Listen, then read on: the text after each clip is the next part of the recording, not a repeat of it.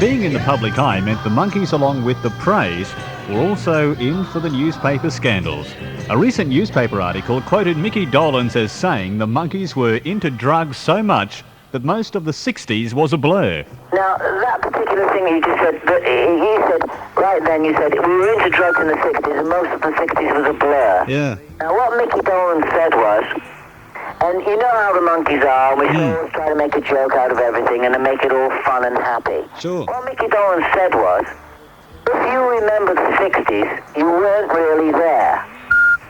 Which means, you know, we were all having a couple of beers and smoking a joint by the pool. You know, well, the headline of the paper said, "Hey, hey, we're the junkies." I know, yeah. Now, Yeah. What did you think of having a that? joint and sitting by the pool in 1966 like everybody else in California was doing, Yeah. and having a bottle of beer, does not make you a junkie. No. That is 22 years ago. And I think they got hold of it, and every paper said that. So they all got them together and all had a little word about what they were going to say. So they all protected each other that way. You know, there's a new law being passed about to go through Parliament for the protection that people have against what the press say. Yeah. And there'll be a lot of things curbed. You know, the English press is really into scandal and into things that, you know, it's not relative to what's happening today. Yes, we did smoke a joint occasionally, and yes, we did maybe have too many beers once in a while. But junkies, that means hard stuff. That means shooting things into your arm. That means hooked on chemicals. That wasn't us. I don't remember any of that. I never did any of that silliness. But I can only tell your listeners this, and it's God's truth, you know. I can't let anybody, you know, I can't go around explaining my life to everybody. No, you must get... I actually can explain a lot of it because I have written a book. It's called They Made a Monkey Out of Me. And that's available through Dome Press in Pennsylvania. But, you know, that's another story. And listen, you know, I don't want to get heavy about that because, you know, as the newspapers say, as I say about the newspapers, don't let the truth spoil the news.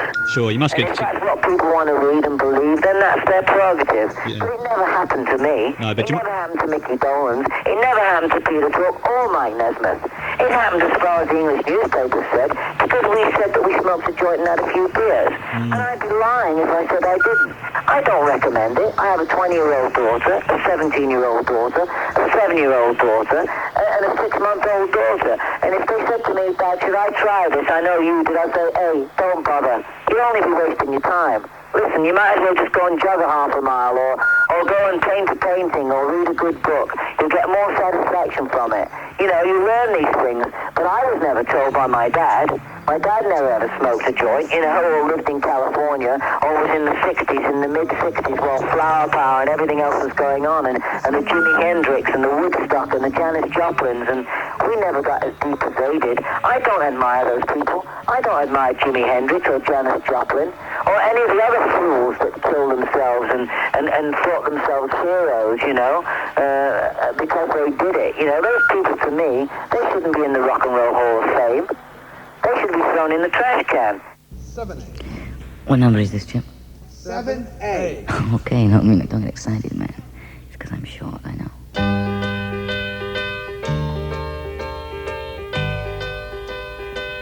Oh, I could hide neath the wings of the bluebird as she sings.